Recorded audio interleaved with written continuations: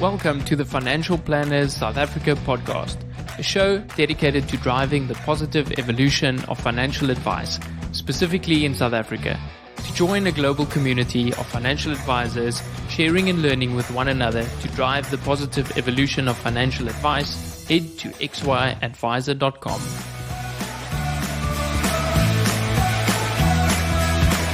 Portfolio Metrics is thrilled to bring you this podcast in support of our common passion, people, and the evolution of wealth management. Our global business links precision investment management to expert financial advice through partnerships and technology. Portfolio Metrics is an authorized financial services provider. AssetMap is a proud sponsor of this podcast. Are you looking for the next big thing in advisor technology? AssetMap is used by thousands of financial advisors to help create more meaningful conversations with clients. See for yourself how AssetMap is leading the next phase of financial advice delivery. Learn more at asset-map.com/Louis for a special listeners discount. This episode is proudly brought to you by Alan Gray. They say it's important to live for today. Although that might be true, we can't forget to plan for tomorrow. There's a lot of it left, after all. Alan Gray is an authorized financial services provider. Visit www.alangray.co.za to learn how we build long-term wealth for clients.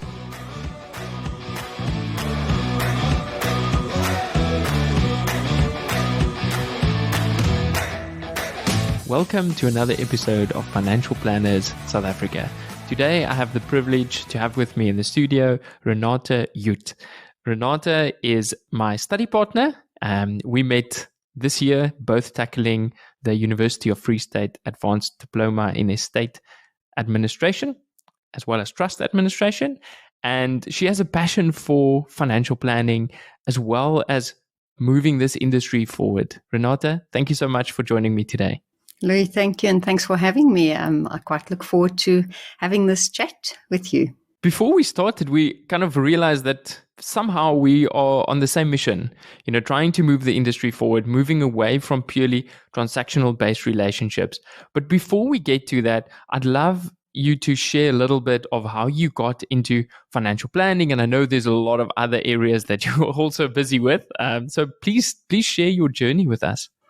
Sure. So I actually started on the financial planning journey whilst I was involved in trusts. I was a partner in a trust accounting firm, and I dealt with many clients coming through my doors when the trusts had already been formed. And what would happen often is they would literally come through my doors and look like buck in headlights. They had these documents and had no idea what was now expected, what was now to be done. All they knew is they'd paid a lot of money for papers that they were never going to read and had no concept of how this was supposed to work. And a big part of my role was not just the accounting, but really the guidance and the training of these trustees. And breaking that mold of, but it's my stuff and I can do what I want. And the concept of, but everyone must do what I tell them to do because it's my stuff. And the co-trustees must just nod and smile and sign where I tell them to sign. So it was almost like educating and like realigning with what is a trust versus what you think may be a trust. And then what would happen from there is more and more what would happen is I would start having meetings with people that had been left behind when the main breadwinner was all of a sudden gone and the rug had literally been pulled from under their feet.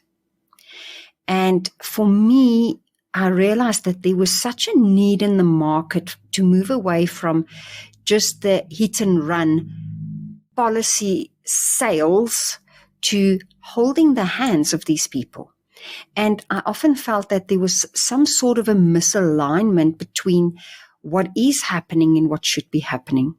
And by no means am I saying that people are doing things wrong. I'm just saying that sometimes maybe there's not the real education. People go bright-eyed, bushy-tailed into the learnings of financial planning and you're going to sell these products and this is what you're going to do, but they are not actually trained with why.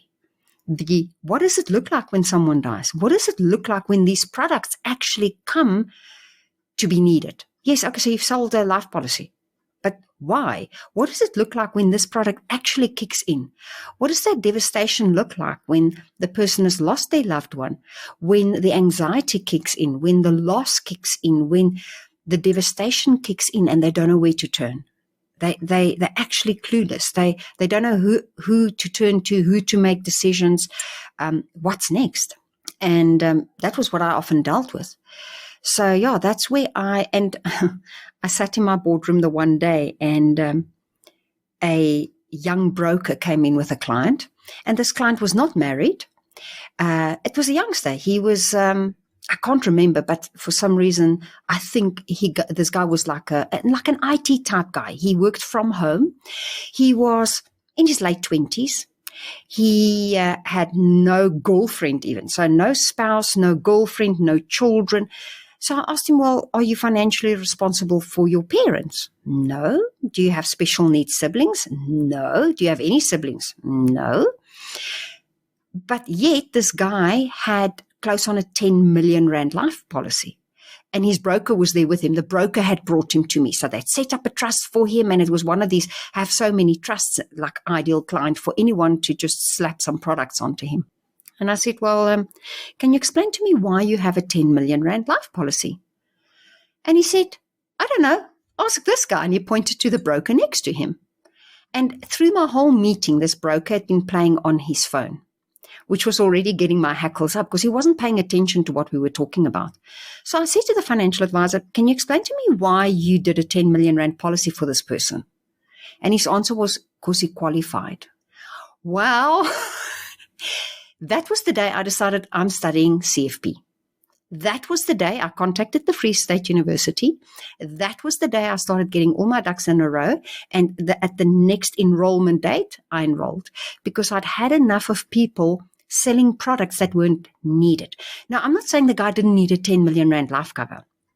I can understand income protector.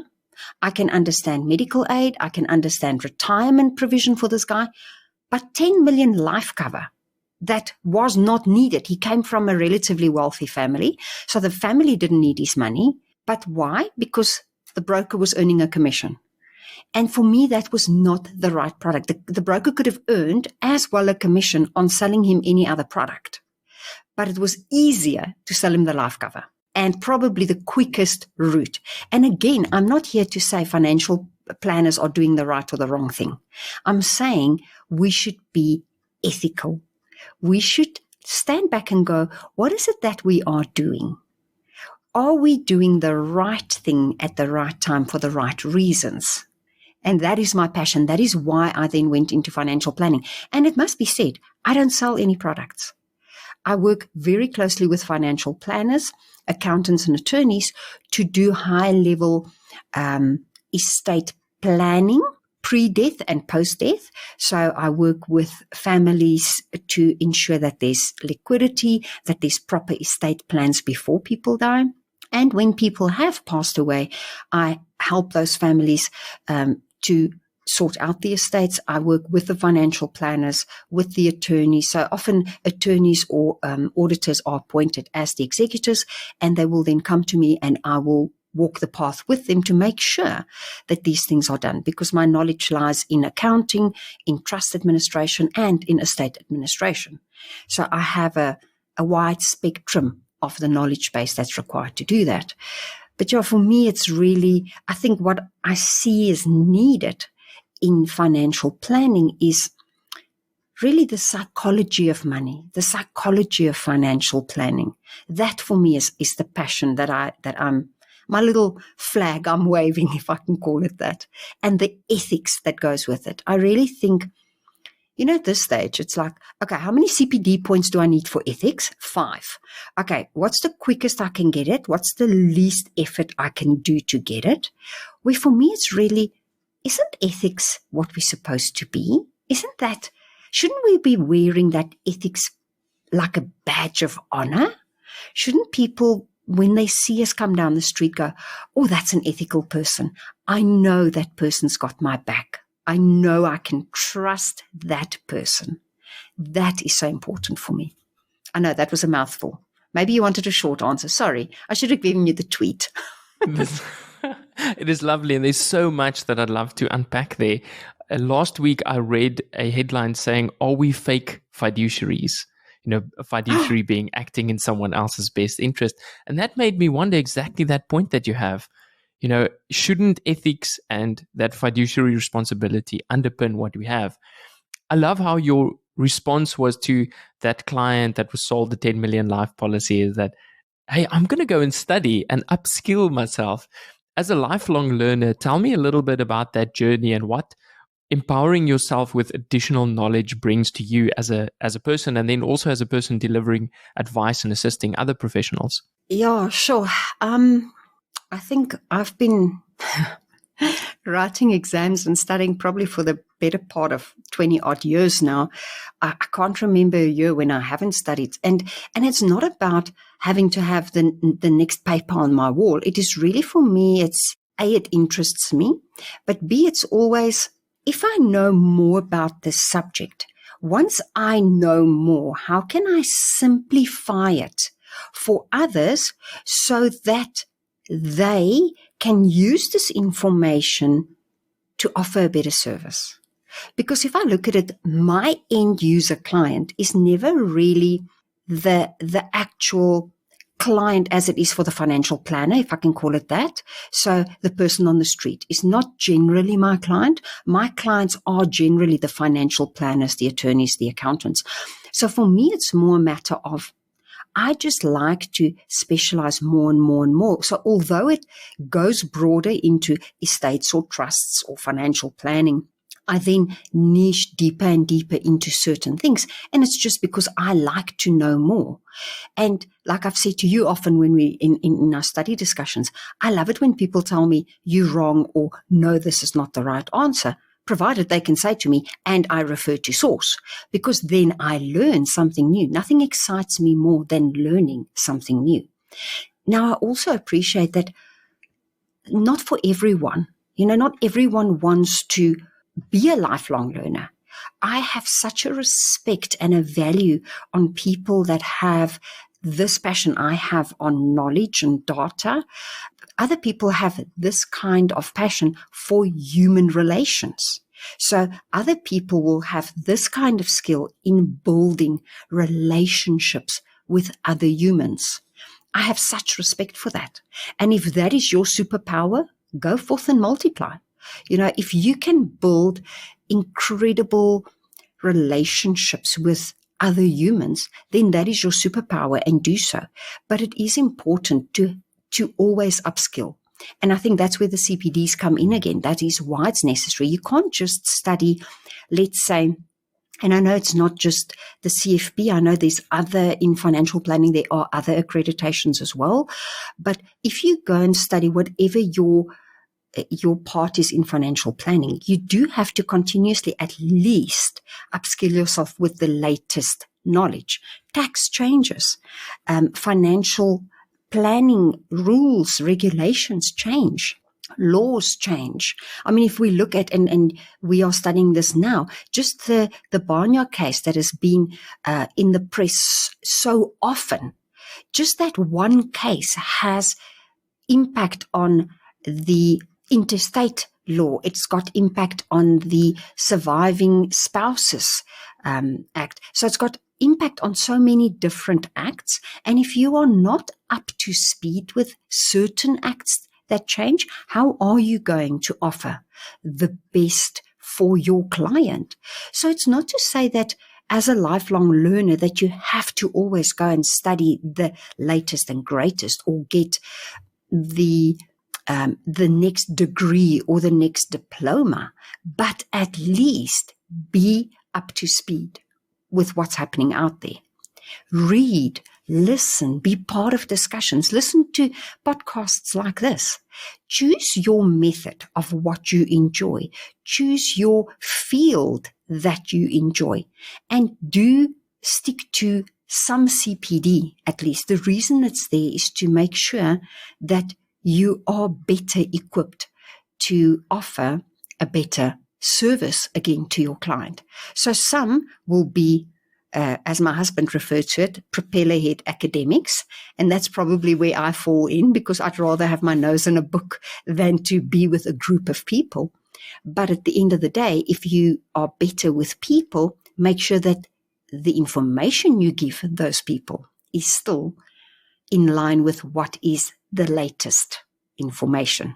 I hope that answers what you're asking. Yeah, absolutely. And Renate, we are in an industry where you are expected to be the expert on almost everything.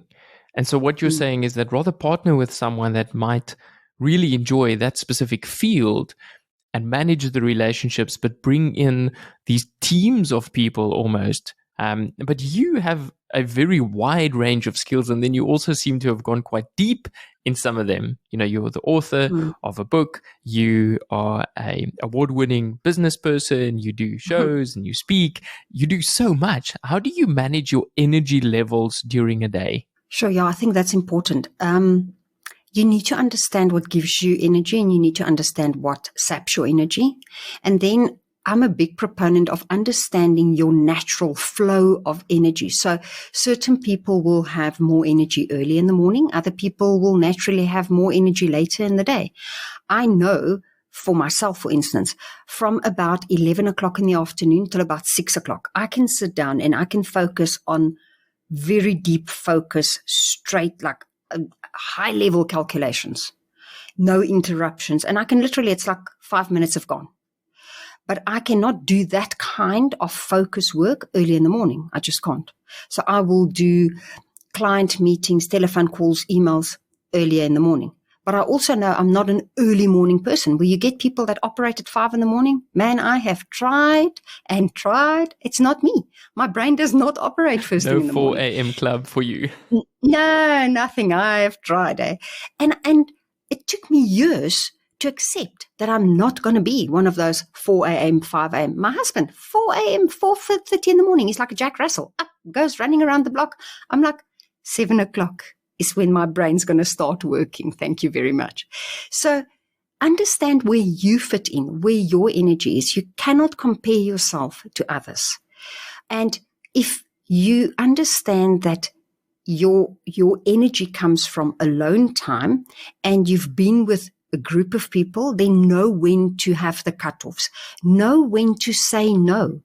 I think that's often the thing, is people don't know when to say no, and they feel that it is wrong to say no. But you cannot serve from an empty cup. You cannot be the best version of yourself if you are depleted. So yes, you have to decide what is important for you. And then, of course, sometimes the things that fill you the most are not going to be things that bring money, or the other way around. If you are driven by money, then the pro bono things may not fill your cup. But if money is not your driver, understand that if you have to do things for money, maybe that's not going to fill your cup. So it's a first know thyself. That may be to understand where you will get your energy from. So people will often say, like I've got someone I work very closely with, and they'll go, oh, but you're such a procrastinator, they'll say to this person. And he used to really beat himself with a stick. Oh, he procrastinates. And I said to him, no, understand what is procrastination. It is either driven by fear or confusion. You don't know how to do something, or it's that fear of taking the next step, or you just have no interest. So where did that come from for him? People wanted him to do things when it fell right into family time for him. And one of his highest driving forces is his family. His life absolutely revolves about family first. He's like, he wants to fetch his girls from school. He wants to spend that quality time with his girls, and they are young. So they come from school like in mid-afternoon type, like 3, 4 o'clock. And that's like quality time for him. So between, let's say, 3 and 6, that's quality time, because after that, his goals go down. So if you want him to do things in that time, it's going to look like procrastination for anyone else. But for him, this is quality time, because for how long do you have your little girls before they are grown-ups doing their own things, and they're no longer daddy's little girls? And once he got his mind around that, and he goes, oh, but hold on, between 8 and 10, I do mounts of work because now the kids are down, the wife's gone to sleep, and all of a sudden he can focus. And it was like a complete mind shift for him. And all of a sudden, it's like, okay, have all the meetings before 3, the admin, the do work, do after the kids have gone to school, and all of a sudden, production kicked in again. So you see, it's just understanding how you are put together and what is important for you. And remember, that may change from time to time. It may be like that for this year. Next year, it looks different again. So maybe that helps, and maybe that'll help for people that listen to this. Sometimes we're so easy to beat ourselves with a stick because we don't look, sound, and act like other people. But we need to be who we are, be who you are. Everyone else is taken. So what stands out for me is those labels. Someone else is saying, oh, you procrastinate, or someone else is saying that you're a morning person or you're an evening person, and how the benefit of just someone independent, someone on the outside can say, well, hold on, is this really the case? You've been told that thing all your life. Earlier in our conversation, you mentioned about the psychology of money, and that's a passion that I think we also share. And maybe that's why we get along so well. Would it be possible for you to share a little bit of your story around money and kind of how that shaped you as a person? Sure. Yeah, I think, again, for me, it was a question of possibly how I grew up and how I saw how people behaved around money. And I actually then I've never even told you this, I've actually written a little webinar and a program around money EQ, because what I found was the behavior around money comes from a very young age, and what we see and the lack we perceive, those things are ingrained from a very, very young age.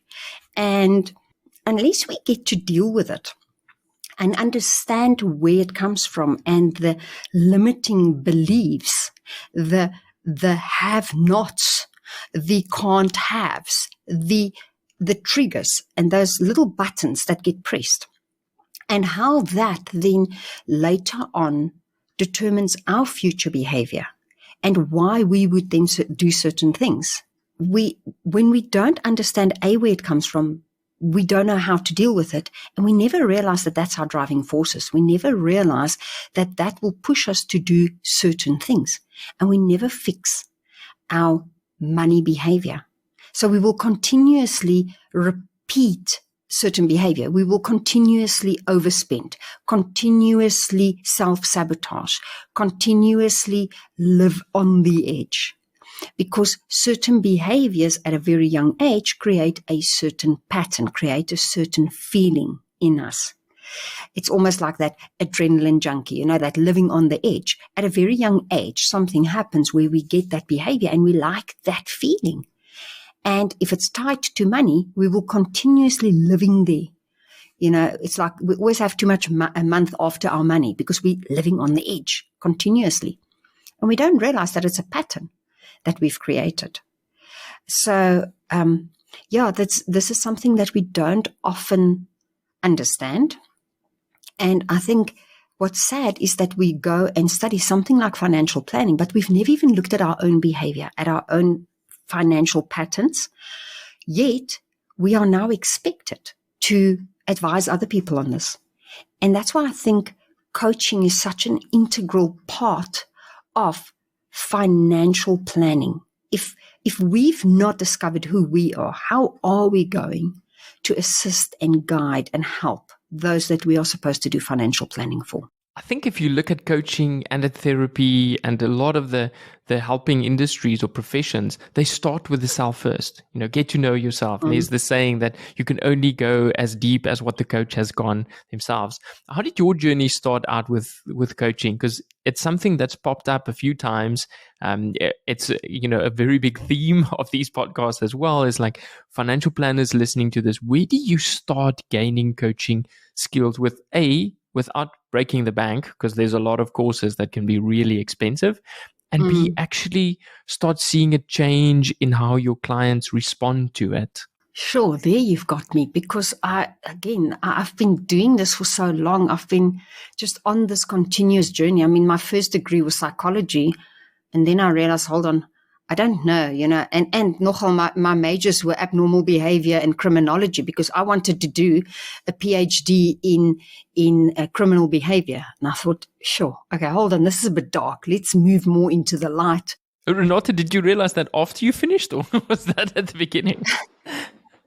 No, I quite enjoyed it. And I was like, ooh, this is very interesting. And then I went into trusts after that. And I realized, sure, there's a lot of criminal behavior out there. No, I'm joking. I think for me, it's always been like just an organic move, because I'm so interested in human behavior, but I'm also so I'm always interested in why. Why do people do what they do? Why do we do what we do? How we do it? How does everything work? So my brother is very mechanically minded. He takes everything apart because he wants to know how everything works. I want to know, how does the mind work? How does the human work? And so it's so interesting when the two of us are together, because he will tell you how the vacuum cleaner works, and I want to know, how does his head work, to want to know how that works. So I think for me, the coaching has been like almost like a natural add-on, and it's been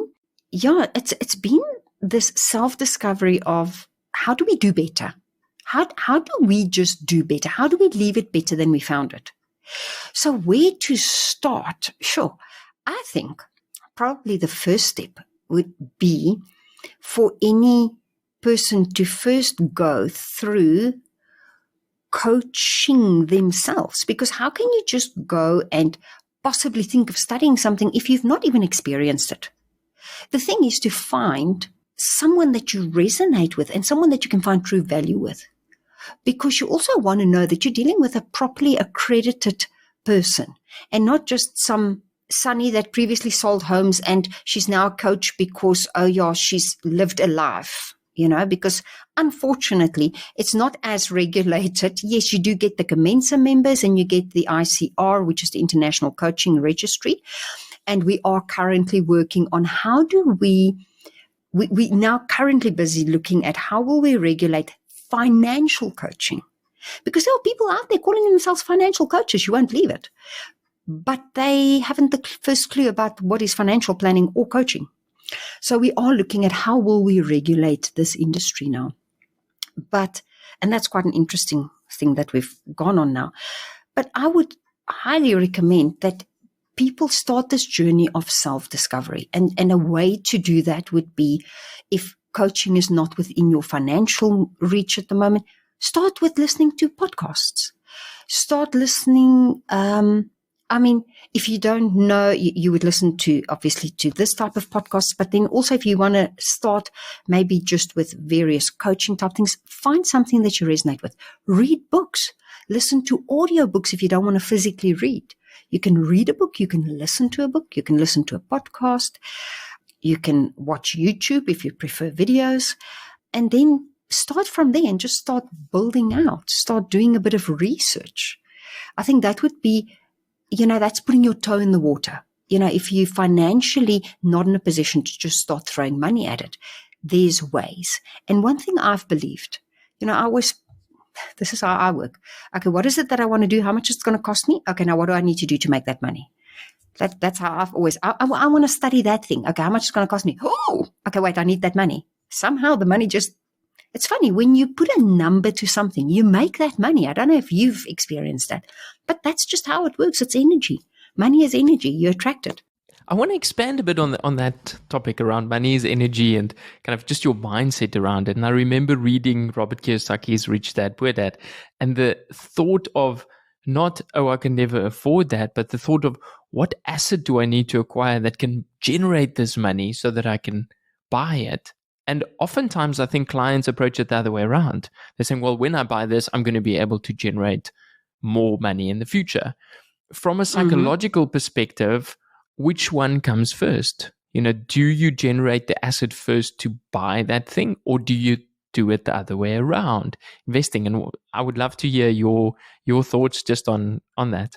I'm a big proponent of reverse engineering, the if this, then that principle. Because for me, that's just so simple. I love like complex. So I always say to you, I tease it, it must break my brain. So for me, I go and look at, okay, how complex is this thing? And then, okay, so if that's the end goal, let's reverse engineer. How do we get there? What is it going to take? In the ideal world where there are no blocks, what would I have to do to get there? Go break it up into smaller components. And if time wasn't a factor, if money wasn't a factor, what would it take to get there? And then you can reverse it and see, okay, so if I want to buy a car, for instance, what does that look like? What would I have to do to get there if I want to buy a house? Because I can guarantee you, 5 years ago, when you didn't have a car and you wanted to buy a car, it looked like you would never be able to do it. Before you bought your first house, 5 years before you bought your first house, when you thought about it, it was like, no, never in my life. How will I ever do it? And yet, there you are sitting in your house. Before you had your first kid, you thought, never, I could never afford it. Yet, after you have your first kid, well, I suppose continuously you think, I'm not going to afford this, but it happens. So if you just go and think about the things you need to do, somehow it happens. But if you don't break it down into something of a reality, if you don't make it real things, if you don't make it real steps, why would it happen? Then it's just pie in the sky. So whatever it is that you really want, because you see, the thing is, also, if you say, okay, this is something I really want, once you start breaking it down and you go and look at the steps, you also then decide, is this something I really want? Or is this just something that I should be wanting because, again, it's societal norm? It is expected of me because of whatever. How many kids land up in university because it is expected of them and go and study something that they don't want to study? Then they spend 2-3 years studying that degree because the parents force them to do it, just so that they can drop out and then go and study something else. So you've wasted 2-3 years of varsity fees when the kids shouldn't have studied that. I'm not saying the kids shouldn't go to varsity, but I'm saying do proper planning. So the same thing with a car, the same thing with a house, the same thing with whatever it is, this financial thing you want. Go and break down, why is it that I want this thing? And yes, if I have this, then it can do that. Can it really? If I buy this property, it's going to be an investment property. Ooh, and I'm going to make so much money off this investment property. Oh, really? Okay. What if you read, other than people trying to sell you investment properties, what have you read to understand the reality of owning townhouses? What have you read on the reality of maintaining properties, having tenants that don't pay you, that you can't get out of properties? Have you read the good, the bad, and the ugly to actually understand? I'm not talking about Joe Property that owns 50 properties and doesn't abide by the law and doesn't pay his tax. I'm talking about the real story, the real deal. So, because we often also lend out our ears, we listen only, it's that confirmation bias. We will only listen to get what we want. We'll go and ask 10 people, and 9 people will tell us don't do it. But the 10th guy confirms our bias and we'll go with that guy. And when it bites us on the ankle, we'll go, yeah, but no one told us. And all 9 people will stand there going, what are you talking about? We all told you. And he goes, yeah, but that guy said I should do it. So confirmation bias. So do your research and reverse engineer. And I don't know, for me, that's always worked. Maybe I'm just too stubborn. Once I decide that something's going to work, the only person that's going to not make it work is me when I decide to not make it work. I think it's so brilliant how you tied that back to financial planning and our limiting beliefs and saying, what changes for you once you have this? Most of the time we rush into saying, oh, this is what I want and this is what I think I'm supposed to have. And you just carry on and live life on autopilot. And so what you're saying is actually, spend time digging into understanding what's behind that, be it through a coach, be it through therapy, and doing that work. And then you'll be able to do that with your clients. And so we've seen that in our business. Once we start challenging clients on, what changes once you achieve this, they start thinking, not with the intention of making them make a decision, but for them to just go another level, the extra layer of onion, as they like saying, peel that away. Renate, you're busy with so many things. What does the future look like for your career, and then also for this profession that we find ourselves in? Oh, let me start with the profession. I think that's a lot more interesting. I think for the profession, there's a definite move towards bringing in the psychology more. There's a very clear move away from punting products and a very clear move towards bringing in the psychology, bringing in the nurturing, and bringing in the doing the right thing. So in other words,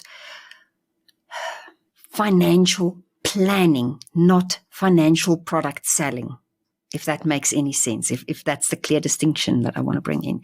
There's a definite move towards this.